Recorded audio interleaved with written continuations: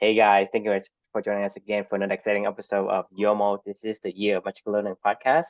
So today we're on Reflection 295 and we have a brand new book for you.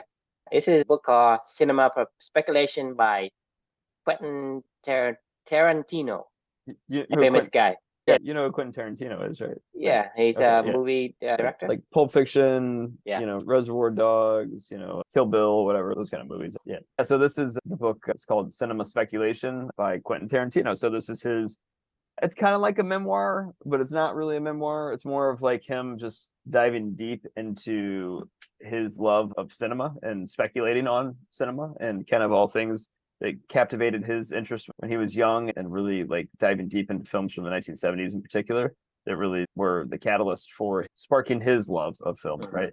So he goes through 10 different films and just goes really deep and talks about everything that these particular films did, how they impacted the movie industry, how they impacted him, how they impacted a lot of people and changed paradigms and things like that, and his view, right? So he's really just looking at cinema from a historical perspective and tracking it to how it got to where it is today and some really special things that happened throughout time. So I thought it was an awesome book. It was really, really good. I think I saw this in the airport when I was getting ready to get on a flight, and I was like, oh, Quentin Tarantino wrote a book. I was like, that's got to be interesting, right? He's Quentin Tarantino. I know he's a little nutty, but I know that guy loves movies. I've heard him talk about. Have you ever heard of an interview with him before? I mean, like he's always just super into movies, right? He's just like a movie nerd. Like he's just like one of those.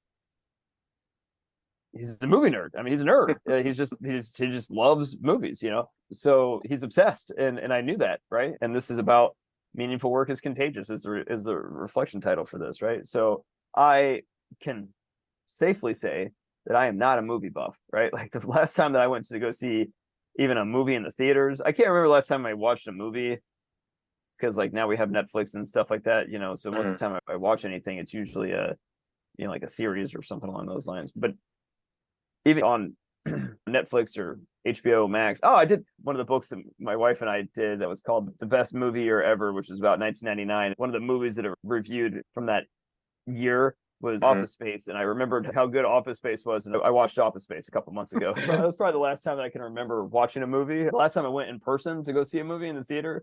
In the past 4 years, I think I've only been to one movie. I mean, that was Top Gun 2, the Top Gun sequel that premiered right after the pandemic. People were finally willing to go to the theater again, and they felt free to crowd into the theaters. Bottom line is, I'm not a big movie guy. I'm not going to sit around with my friends and debate cinematography and how Citizen Kane was the best movie ever. I don't care about this. It's just not something that my brain tracks on. However, I knew when I picked up this book, this guy loves it. And spending 10 hours with Quentin Tarantino in an audiobook talking about cinema, I was like, I know that I'm going to learn a shitload. And this is a year of magical learning. And I was like, I think I'm in for a treat. And I was like, shocker, it was great. I started to learn about movies like Bullet and Steve McQueen and Taxi Driver and Dirty Harry, like movies that I've always heard about, but like I don't know anything about them. By the end of reading this book and hearing his passion come through of like how transformational some of these movies were and how amazing Steve McQueen was and what he did and all this other crap, and I'm like, I gotta go watch these movies. Like I still want to go watch them, but I was like, man, this sounds amazing, and I'm listening to him describe it and how it impacted his life and the different things that these directors did and how they were so cutting edge at the time. I found myself after a couple of days after I finished this book, I was over at my parents' house having dinner, and somebody brought up something about Beech Grove, Indiana, which is a tiny little city in Indianapolis. And that's actually where my mom was born, this place called Beech Grove. Indianapolis is made up of like 5 different cities. So you have Beech Grove, Lawrence, Speedway, where the Indianapolis Motor Speedway, where they do the Indy 500, Southport, and what's the 5th city? I can't remember, but there's like 5 little actual cities that make up the metropolitan and inner city of Indianapolis. And then you have obviously just like the main downtown area. Beech Grove is one of those cities. That's actually where my mom grew up. It's like 5 miles maybe away from on the southeast side of downtown.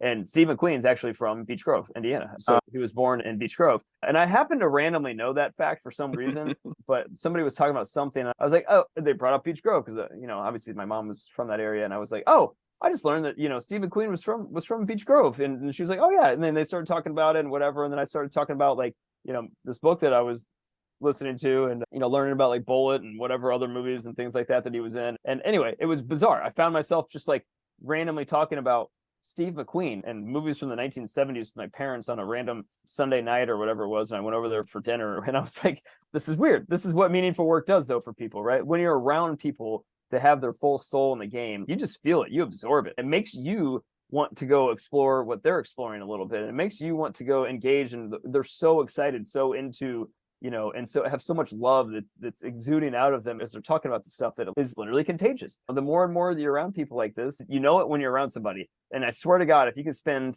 a decent amount of time with somebody that has their full soul in the game and truly loves what they're doing, and bringing out all of their values and their meaningful work, I guess, and you have the opportunity to consume their knowledge of that space, like soak it in like it's the best wine you've ever had in your life and savor it like a fine one. Because I swear to you, spending 10 hours with Quentin Tarantino talking about 1970s movies is more, you will learn more from that than almost anybody else you ever meet in your life. You know what I mean? Like coming across any amount of time you ever spend with anybody else, like you will learn more from this guy, in that 10 hours of time you spend with him, just listening to him talk about movies, than you have with anybody. I mean, it's just meaningful work is just that powerful, and it just really sucks you in. So like that was what this book made me think about, honestly, was like, that's kind of our goal, right?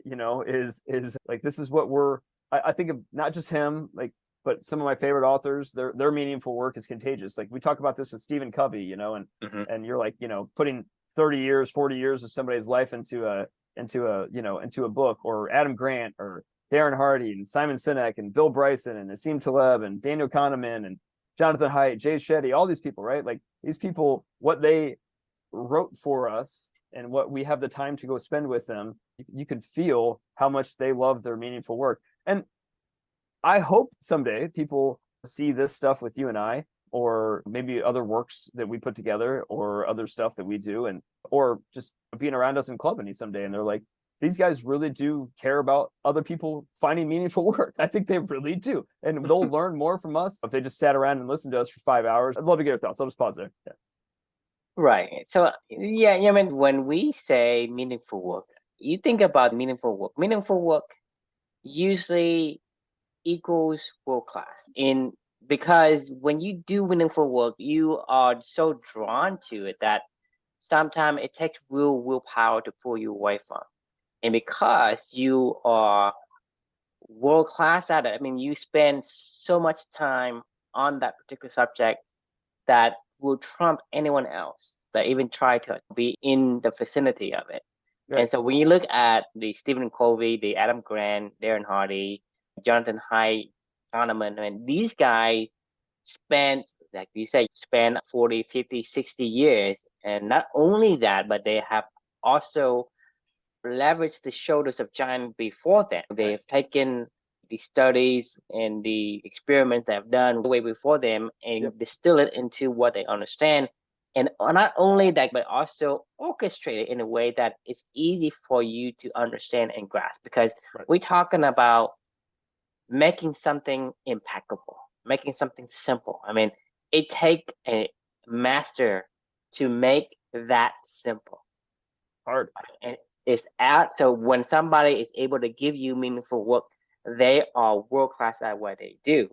World class means that so much information has been ingested and organized and placed properly in a certain understandable pattern for us newbie to be able to consume it. Right. Think about that. Useless information. Many information need to be distilled. The thing is, the difference between, if you think about what I said before, I say, what's the difference between knowledge and wisdom? One is, it's in your bones. I mean, that's wisdom. To me, my definition of knowledge is whatever information I was given, that's knowledge. I know of it. But in order for me to use that knowledge and distill it something I can use, that's wisdom. You cannot copy someone else. You have to make it your own. Understand them, use them as inspiration, and make it your own. Wisdom is able to change the knowledge and apply to what you can use for yourself. That's really what this book was about. Like, I mean, this was him dissecting other people, the giants that came before him that inspired him ultimately become a giant himself. But like he studied these people like hard. like hardcore. And this is what he did. This is what he spent his time doing. He studied and studied and studied, and eventually informed his own beliefs and thoughts. But like, he put his own unique twist on it. And then if somebody were to ask him how he did what he did, this is it. If somebody were to ask us, how did we learn what we've learned? Well, we've been documenting it the entire time. It's not like we're hiding that stuff. To where we are is a result of an insane amount of hours. Like, insane amount of hours. If you total up this entire journey, let's say I think it was 289 books by the finishing of it. So I'm probably at like 320 or something like that. These are new books, right? Like I reread multiple of them, but let's just say new books, right? Like 320. Let's say they were on average 8 hours audiobooks or something like that, So what is that? 320 times 8. Calculator. Yeah, no, 2,560 hours, right? Plus the amount of time that you and I have talked about this. So put another hour times 365 that we've, that we're, or 265, I guess, or whatever we're on, 295. So that's another 295 hours plus the amount of time it took me to write all these things, which, so at least an hour, I would say. So another 300 hours or so, or 400 hours or something like that. Plus, plus. Understand that it's not only the hours that we are actually doing activity that you can count, but the hours of actually living out these core values. Oh, yeah. Like putting them into practice. And that's the practicum of the whole process. That's the most important part. Oh yeah. It's you say, hey, I am putting into practice. To me, learning something, it's like 1/10 of the way. You have to put into practice, and that is the majority of the effort you have to put in. And so you think about what we've done in the past 3 years, right? Right. Past 3 years, you and I have been living this core value and tweaking the core value we do, and using our feedback loop to understand what it is that we need to steer this company towards. And so you're looking at that's what I'm saying is from the perspective of the hour spent, the effort we spend on this is insane. And you think about if you say somebody has let's say has a teaching degree, they go to school for what? I mean, a certificate, like probably like 6 months, and they, get a teaching certificate and go to teach you.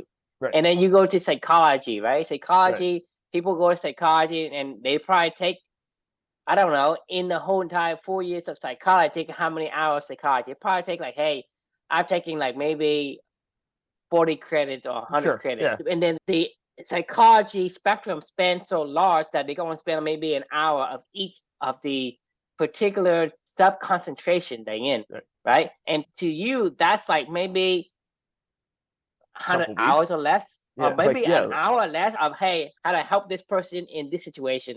And this is what they go out there and they start doing the profession in. That's what they call, quote unquote, expert on. You think about the 1 hour of lecture. Let's say I have diabetes, right? The doctor who are even in the gastrointestinal field, him treating a specific diabetes, he probably has like maybe 6 hours of training. And he's the guy who's telling me how I should feel, how I should take forward, how I should treat myself, and blah, blah. And here I am living with diabetes for the last like 20, 23, 30 years, right? So you think about the differences in terms of the effort. And you look at me and you, like, hey, me and you are living this for 3 years.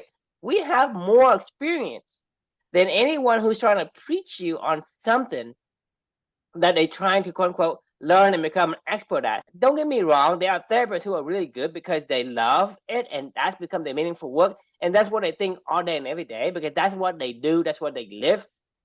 That to me is a good therapist. But most therapists aren't like that. They say, well, I just got to do this thing. I just got to learn my continuing education for blah, blah, blah hours. And I'm going to go out there and I'm going to tell people how they should be treated. I'm an insurance agent. I'm a financial planner. I mean, financial planners and investment bankers, how much they invest. The thing is, when we're talking about the guy who rides a subway to work, to invest for the guy who drives a Ferrari, you're talking about that's a big disconnect, big gap. So when we look at somebody who is, quote unquote, meaningful work, this is who they are. They live it. It's not just doing it because if it's meaningful for them, it's all day. It's every day. It is like, I remember this commercial on TV back then. It's like you sleep football, you eat football, you play football, everything football, right?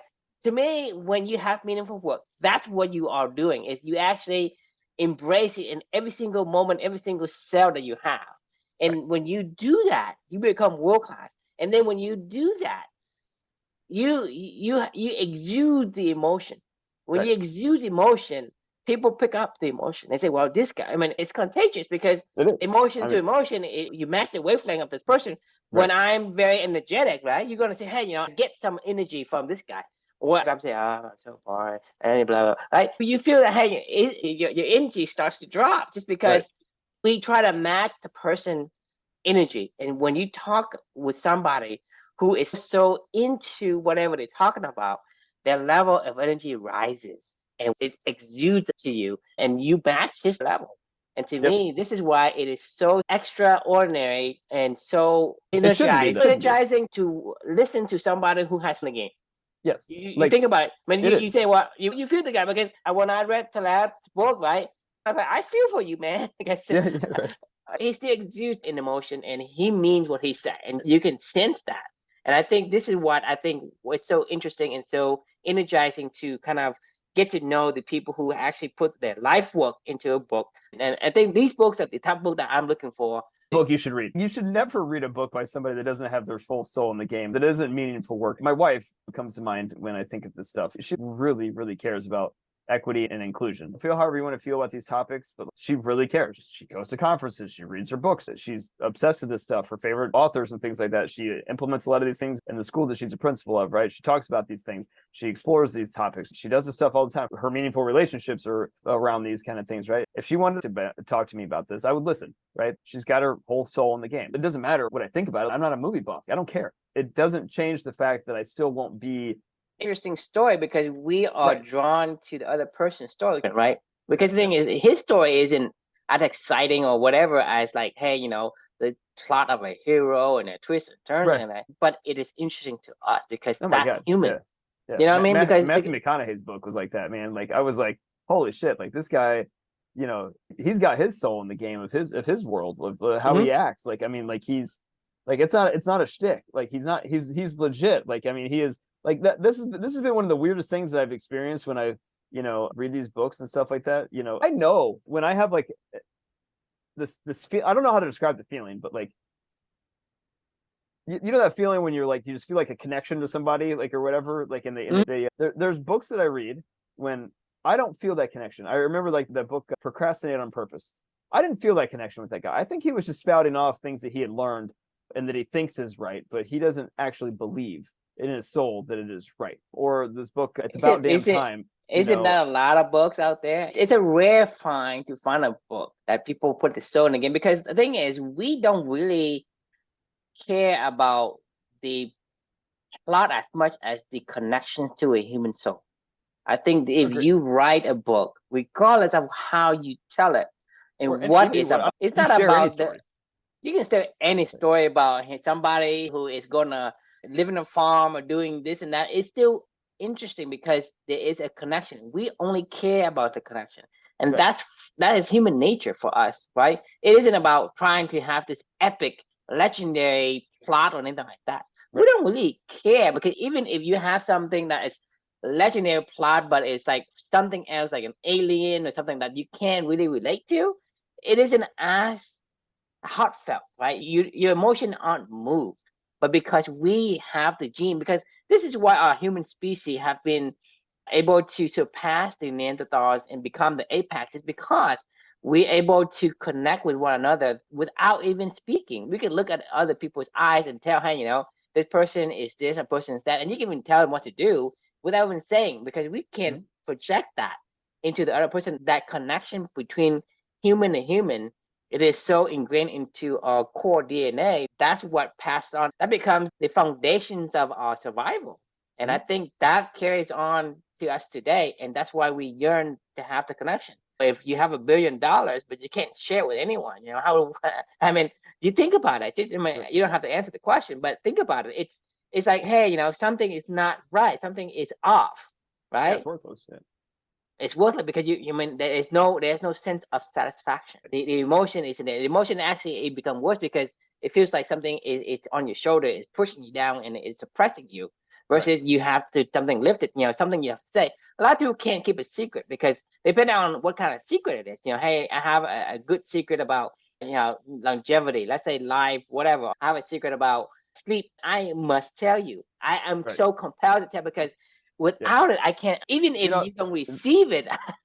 I think what you're saying, the exact words you're saying to me is like what's coming to mind is why I hate philosophers so much.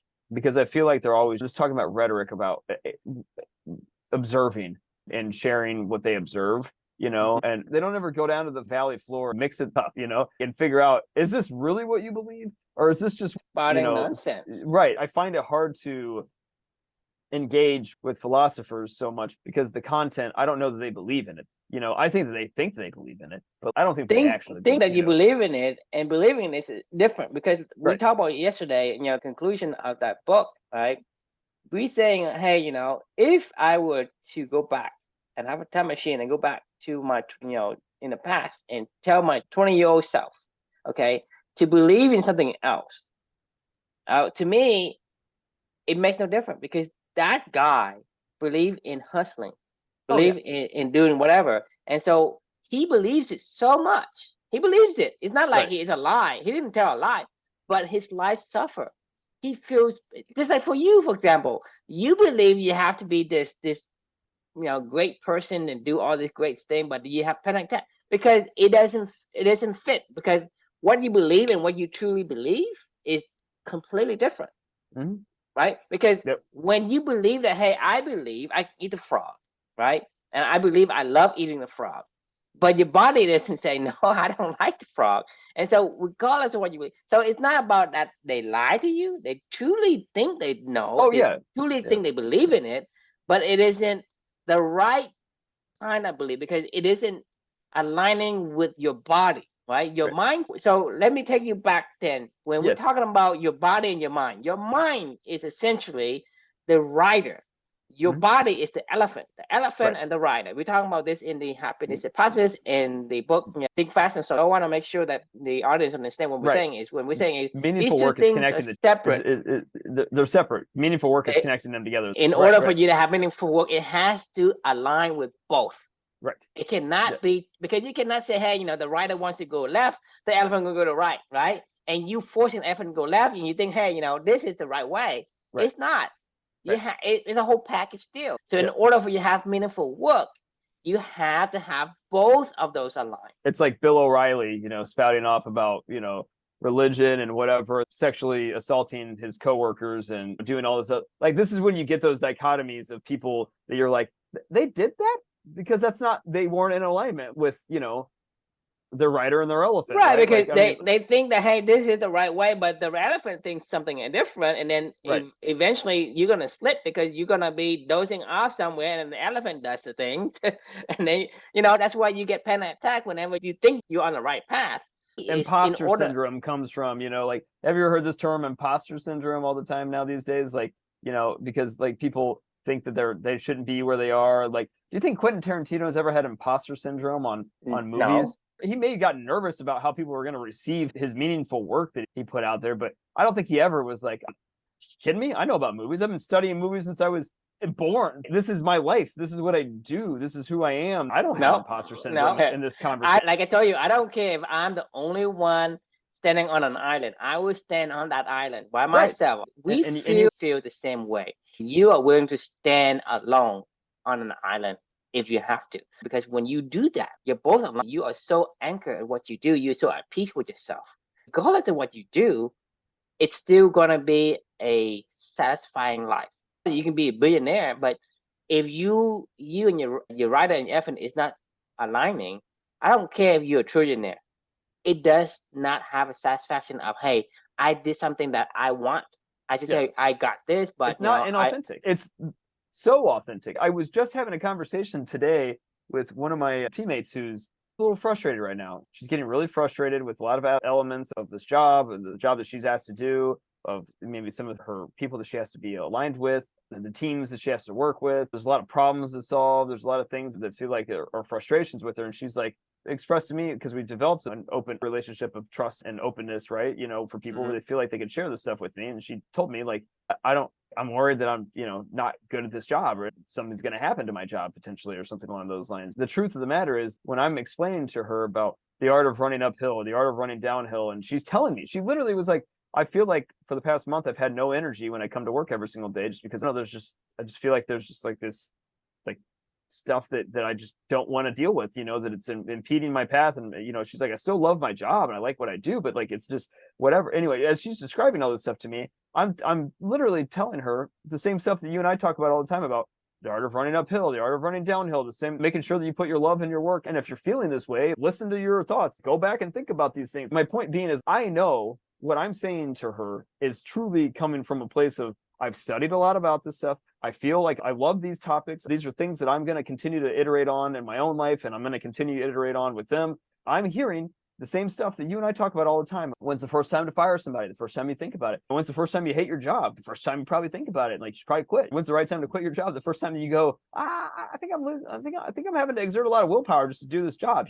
Like, I mean, it's like, these are things that, like, not aligning. Something's not aligning, right? And this is what I'm explaining to her as well. I didn't say point blank where I'm like, yeah, I think you're right. You probably shouldn't be in this role. And it's true. Like, her outcomes aren't what she wants them to be, and they're not probably going to change, right? Like, and I'm not saying that she's a bad person or something like that. She's a great person. She's a great cultural fit. This is where we get into the weird shit, of Club Any Light versus full Club Any. Because if that was the case, we would just go, well, what do you want to do? Like, you're a great cultural fit. You're somebody that wants to be a DDI, a deliberately developmental individual, but maybe this particular expression of that isn't your thing. Go spend some more time and figure that out. Like, figure out how do you connect your elephant and your rider together, and making sure that those things all come together so you could go find and experience meaningful work. Because I think that everybody deserves that. Like, I truly believe this in my soul, in my being, that I think that everybody deserves the opportunity to have this feeling that we're talking about of connecting what you love and what you do, and connecting that all together so you feel that alignment, right? And like,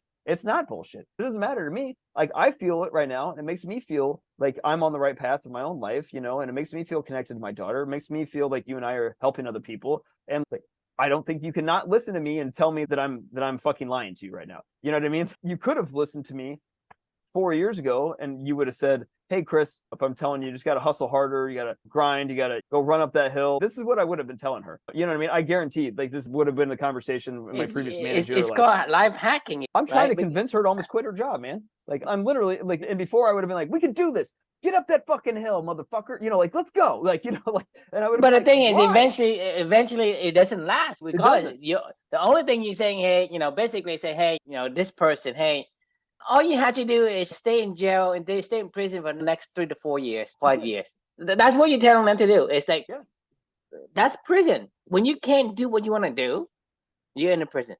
And essentially, all you're trying to do is convince her to stay in prison for the next 3 to 5 years. And essentially, she go on to break out of prison. That's sad. If you look at a person who has been here at this job and they have this thoughts, right?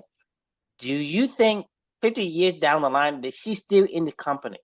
No. Exactly. So you basically delaying the inevitable, right? Her from finding meaningful work by keeping her into a job that she isn't having meaningful work in. Like, I am actively preventing her from finding alignment and balance in her life and meaningful work that she can love. We're so we have such loss aversion that we're like, we're scared. We're That's like, why I terrified. told you about that story about the medical student, third-year medical student. You can tell him or her that, hey, you like it. You say, no, I don't like it. I hated it. Okay, quit. I can't. I can't quit. What are you? That's stupid. Truth. Yeah, like, that's not. So I worked all my life to get to the point where I can go to get accepted to medical school. I spent so much money for the past 2 years to go through 3 years of medical school. Now you're telling me to quit. So you say, well, you either quit or continue to be in prison for the next 40 years. Not only that you have to finish medical school, right? It just gets worse. Then you got to go practice. Right. It only gets worse. If I present that, right, loss aversion is so strong that even in the face of that, horrible image of having to do this thing for the next 40 years, they still can't quit of reality. It's not just sad, it's heart-wrenching, because this is where it connects to me of like the love, right? My daughter didn't get a chance to do that. But I saw her bring her love out in her own, short time that she had on this earth, right? But like when I see other people squandering that away, that is heart-wrenching for me. We all deserve the ability to be the best human that we could possibly be in the short amount of time that we have here. And if you are in this world and you aren't doing that, I feel terrible. It makes me sick to my stomach, honestly. This is why I look at a kid who is fighting for a chance at life. And here you look at a person who is completely healthy and has all the faculties and all the opportunity in life, decides to go and bang their head against the fucking wall. And to me, what are you doing? That is so illogical when I look at it. It's a waste. It's a big waste. It's a and waste. It's self-inflicting misery and pain. You say, hey, my life sucks, and I go, basically, trying to sabotage your life. And to me, that is the contrast you see when you have a person who can see this little baby who is fighting for even a slightest chance at life, and a person who squanders it. That it is so, like you say, I don't know what to say. I don't know what the word is. Here's the thing: is if I can help, I'm going to try to help. This is why we're doing what we're doing. This is for both of us. Like if I had to guess, one of the things, it's heart-wrenching for you looking back on your own life and going, I squandered so much of it. I don't want to do this anymore. I want to help other people to make sure that I can help them to go, don't do this. Like, you don't have to do this. There is a different path, and I'm going to help you to find another path. I'm going to find it myself, and then I'm going to help bring other people along with it, right? That's meaningful work, right? That's what Quentin Tarantino did in his own roundabout sort of way with movies. He found something that helped him to unlock what he loved, and now he gives back to a lot of other people to help them do that as well in any way, shape, or form that he can. If it's movies, it's great. It doesn't matter. Like, we're not talking about movies with you're talking about this guy. What kind of talent this guy have? You think about movie, all you do is watching movies. How do you make a living out of movie? Right. Well, look at Quentin Tarantino. That's right.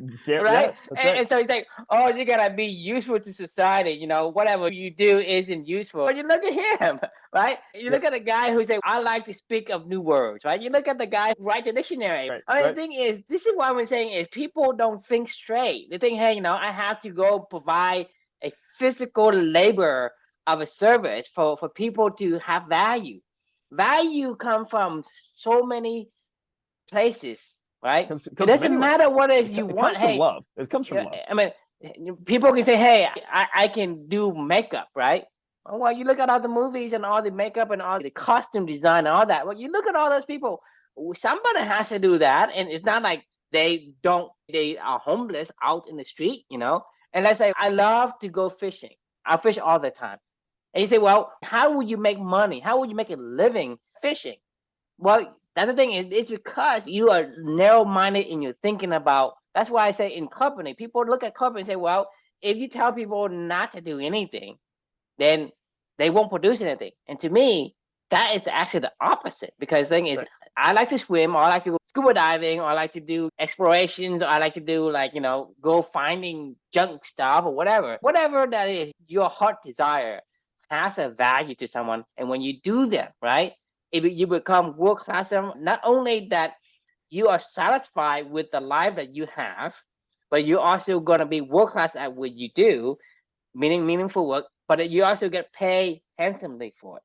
Right. Because other people are so not only because you're so good at it, but other people are so stuck in this loop of the other side of everything. Well, no, I'm saying like it's you. The value is great.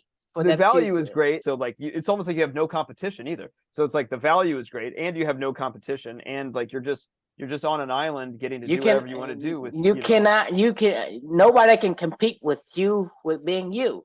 No competition. Like, I suppose you could extrapolate this whole entire conversation out to, let's go ahead and play your guys' games. Like, people should be able to do what they love, connect their elephant and the rider together, and bring that out with their full values into meaningful work. And if everybody did that, what would happen? I don't know the answer to that, because the question then is going to be, well, who's going to be the asshole that goes and sells stuff for a company that doesn't want to sell stuff for that company? And I don't know the answer to that. Why is sales guy going to be an asshole? I said, who's going to go be the jackass that does the stuff that nobody else wants to do? I do. This is what I'm saying. I'm trying to play devil's advocate. We've already talked. I mean, I think we already know the answer to this, but it's like because everybody goes, well, you can't always just do what you want to do, and that's always the answer. Whenever somebody says like somebody has to do the hard job, right? Somebody's got to do the stuff they don't want to do, right? Like that's just like that's a wrong way of thinking. That's beehive mentality. Honestly, is what it is, right? It's not 90% chimp, 10% bee. That's 99% bee and like 1% chimp. That's what that is. It's like that's just 100% bee. It's 100% bee. Yeah, you're right. Like it's like no, you're not a fucking bumblebee. Like you are a 90% chimp and a 10% bee. I mean, yeah, you want the connection. You want to help other people. Like we want to help other people. Like we're doing this to help other people. But you cannot. But this is what we're talking about: DDO, right, and DDI. Without the DDI, there's no DDO. There is no DDO. Right. So exactly. you cannot be an organizational person without an individual first. So you have to explore yourself first. Yes. Understand what it is going to give you the energy. How can you help the O? Do that and then bring that into the O and make a DDO. Because the thing is, you cannot have DDO is automatic. Right. When you put two or more DDIs together, you get DDO. DDO is not something you create. It's something you form. It forms out of an association between among the DDIs. So the 90% chimp is still valid, and the 10% B, the organizations and the connection, that's just that piece where you connect with people and it becomes a hive. I agree. If you told me I had to give up 10% of my life, my time, and for the rest of my life to sacrifice for a group of people that I really enjoyed being around, I would say, yeah, I'd fucking do that. 10%, I can do that. Like, what, talking like, 24 hours in a day, what's 10% of that? 2.4 hours a day. I could give 2.4 hours a day, hopefully some of it's sleeping, but, I could give 2.4 hours, or let's say 16 waking hours and 10% of that. Fine. I could give 1.6 hours a day, to a greater organization to but the thing is, that's not how it works. That's not how math works. Right. How the wicked will work. Because the thing is, I am 100% myself, but I'm also 10% inside of the DDO. Good point. It doesn't have the mathematical sense because it doesn't work that way. Mind blown. I mean, that is true. Like, okay, all right. I don't want to get into a math off with you because that is not because yeah. But no, I think I did understand what you just said. It would have been a disadvantage for me debating you on that because I'm more logical and because that defies what I know as far as math is concerned. But still, I understand that in the wicked environment, in the world we live in, it doesn't work like that. They would say, hey, it violates math. And I said, well, people take something small and represent it and say, hey, you cannot violate this. Like, well, the thing is, it doesn't make sense. When you take back and look at it from the grand scheme, it doesn't make sense. But that's what I'm saying is people are I guess like they're so blindsided by always in that little box, paradigm given, they put themselves in the box, in that frame, in the paradigm. You say, that's why they can't think outside of it. I mean, it's hard to go up and tell somebody, hey, does 1 + 1 always equal 2? And they go, yeah. What are you talking about, man? And you're like, no, but it doesn't, does it? And then you go through your explanation of it, like, from a thought experiment. They're like, you are a fucking idiot, and I don't want to talk about this, like, because it's I don't know. I mean, I it's one of the most fun things for me, and obviously for you as well, to say what you just said was something that was so quick and you understood, and to point that out. And intuitively, I understood what you were saying, only because. And that's why the conversation works, because if I have to explain to you the nuance of what it means to be, hey, 1 + 1 is not always 2. Right. In some instances, it does equal 2. But not all the time. So you can't not use that as a rule of thumb or as a law to say, hey, it has to be this, and you're broken this law, because that's not the case. Only in this instance. Right. And if I have to keep telling you that the conversation isn't going anywhere, and then if you have the reaction of, true, why am I to keep talking to you?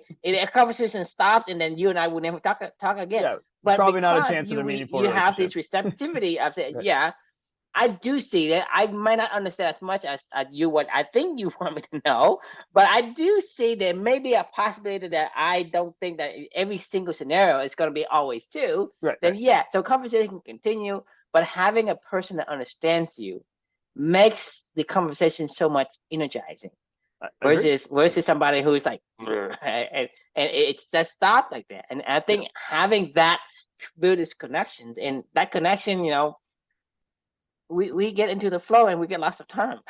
Yeah, and now it's 9:45, and I mean, you think about it, and it still boggles the mind it for really does. you and I to talk to each other, And just you and me, for the past 3 years. I know it and, really and, is and it's like, what fucking the wild. fuck are you Yeah, talking about?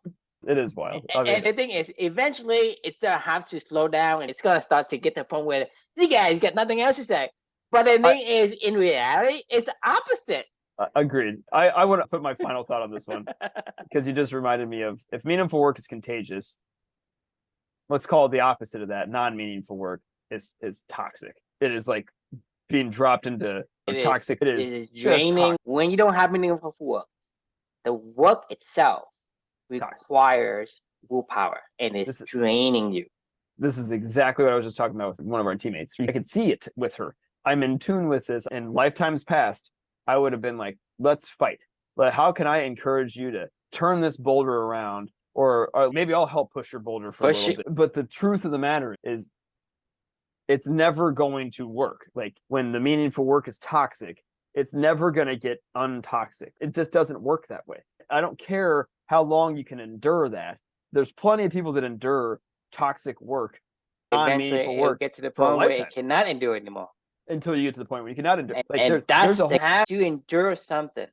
Eventually, it's gonna have to stop because you're gonna run out of willpower. like, this works in all avenues of life. Because I think of like celiacs, which is, I'm a celiac.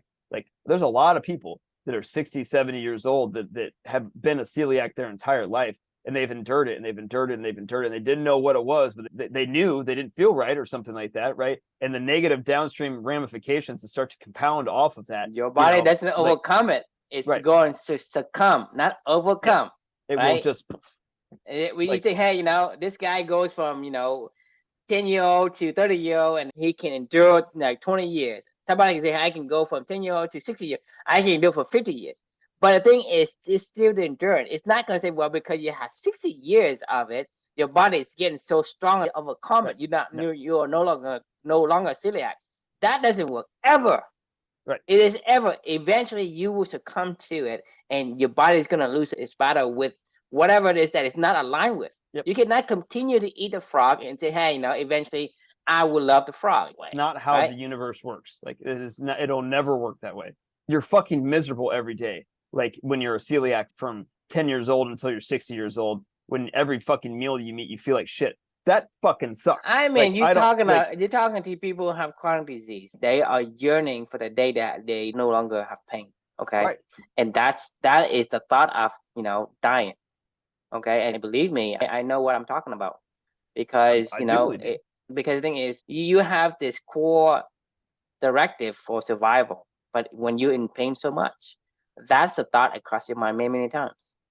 And so you have to think about, if you continue to endure, you are putting yourself in the painful state, in the misery state. That's why people don't live long, right. Not because they can't. It's because they lost the will to live. And when they do that, well, their life short. So it's not about longevity in the sense of longevity in the sense of how much time you have that is satisfying to you. Yes, that's exactly it. Every day should be fulfilling for you, even if today's your last day. Everybody deserves the right to have a fulfilling day, even if this is your last day. Like, even if that's the only day you ever have in your life where your work is fulfilling, then great. At least you had a day. You know what I mean? Like, if you can do 2 days, then great. If you can do 3, great. If you could do even better, 5,000, great. If you can do 20,000, even better. But at least you know that every day you're going to have that opportunity. I mean, you just think about an analogy, having a longevity of freedom or a longevity of prison time. It's a dichotomy of what I just said. Right. Right. It's like, I cannot go through life anymore watching people do and have this conversation with somebody and go, this is and not help them now. Like I can't do it. Like I cannot fucking do it. Like I will not. It will. I can't do it. Like I mean, I'm compelled to say no.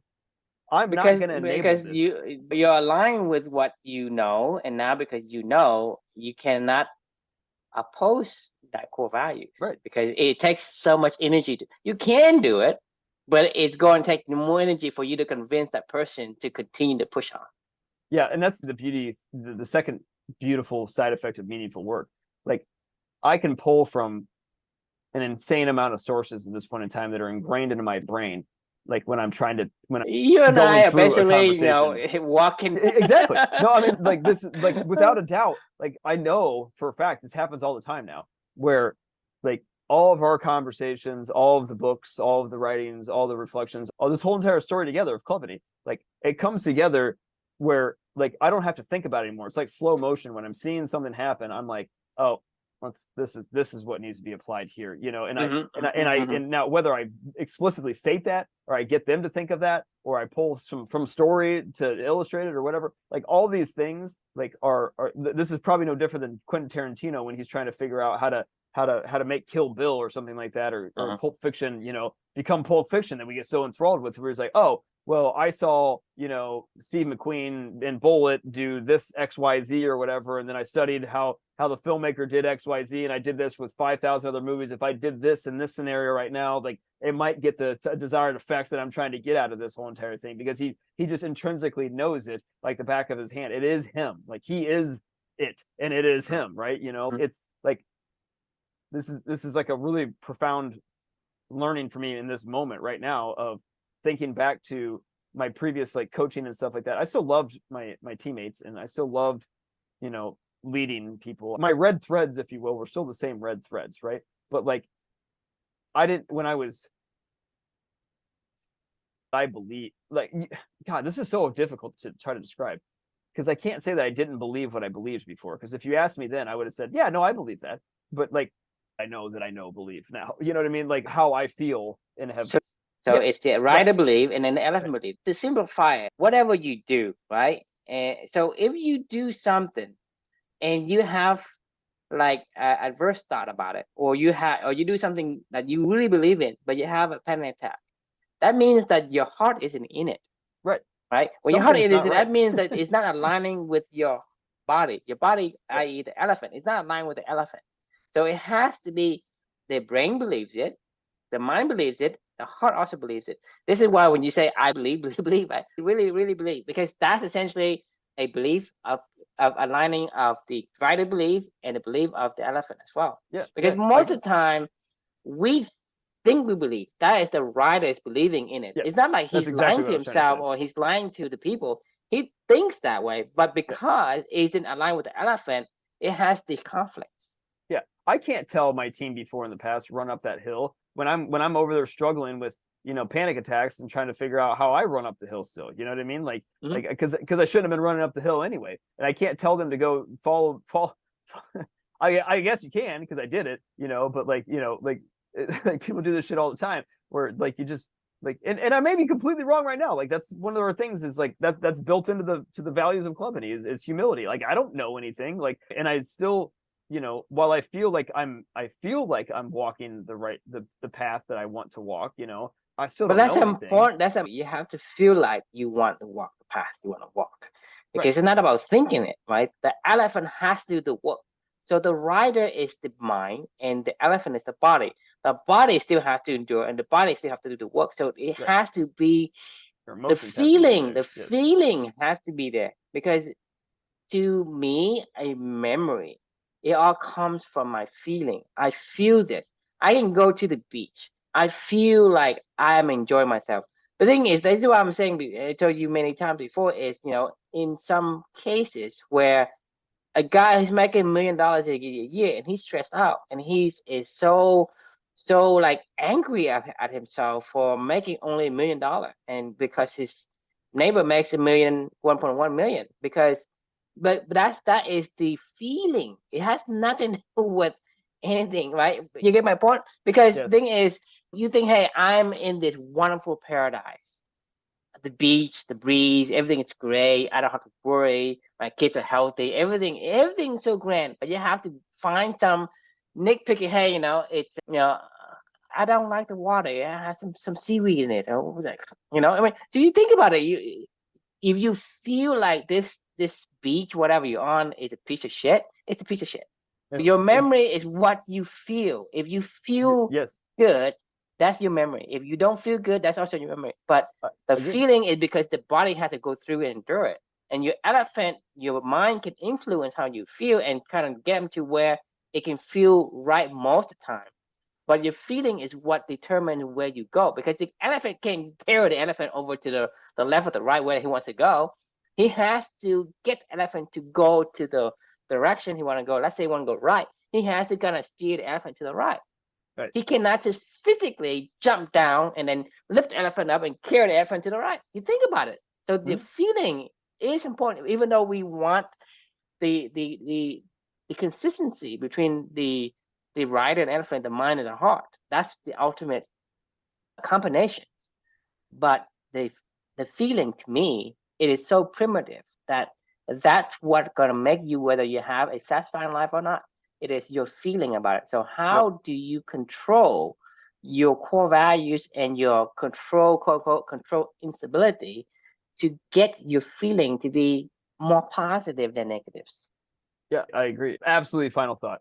It's watch the reactions, right? We just learned that in Love and Work, right? Like watch the responses that people give to you. If you want to know that if your work is meaningful for you, watch how other people respond to your love coming out, right? Like, is it the responses that you want, or is it people going, nah, it's a bunch of bullshit? Like, I don't believe them. Like, or do they believe you? Because like I can tell you, Nazim, who just left the team for the visa stuff or whatever, he's still texting me. He just texted me today, like a really funny thing about meaningful work. I know he's still reading these things. He's coming to our team meetings, even now that he's an employee anymore, on Fridays when we have our team connects. Like, watch the reactions to other people. They know when your meaningful work is impactful for them or not. You can go watch a Quentin Tarantino movie. And I don't know if you've ever seen Pulp Fiction or Reservoir Dogs or whatever. I don't know about you, but when I go watch a Quentin Tarantino movie, I feel it. Whatever he was trying to get across, you feel it. To build a connection with you. Most of his movie has this connection.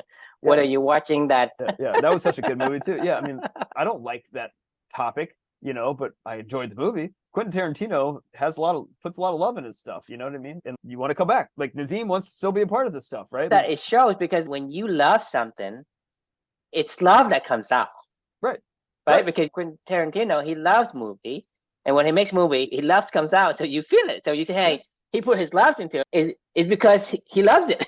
So so it's not like, it's like, that's what I'm saying. Like, this is who he is, and this is what he does, and this is what you're going to get. Saying is, in the formula sense, he put in love, right? He loves it. Love comes in, and then love comes out, right? And so it's just one ingredient of, I love to do this thing, and love multiplies. So you say, hey, 1 equals 3. Right. It doesn't mean multiply. It's just 1. Like, hey, this is my love of movie. I love to watch movie. I love movies in general. And then, right, love comes out of the work. Love come out of the, hey, that's 1, and it multiplies to many more. It's not just 1. It's exponential growth out of that. That's what I'm saying. You're not even adding anything. It's just love by itself, and it starts to, like, exponential. It just boom, makes it come out. Right. So you look at it, it's not mathematical, makes sense, logical. It's not mathematical, logical, because not at all. Like, not at all. Okay, all right. We gotta put a pin on this one, because it's way over time. All right. My question is if you're blessed to have meaningful work in your life, how are you choosing to share that with others? So, but you should have meaningful work in your life. It's not about whether you're blessed or not. Right. That is a great point. Yes. Everybody deserves to have meaningful work in your life. So you should say, do you have meaningful work? Whether you're blessed to have it now. Right. Yes. Fair enough. Or you're still searching, but you should still be searching. You should always be searching. You are, everybody should have it. It's just, are you blessed to, or you found it? All right. That's a good place to end it. All right. Thanks everybody for joining, and hope you enjoyed the convo. We'll see you on Monday. See you Monday.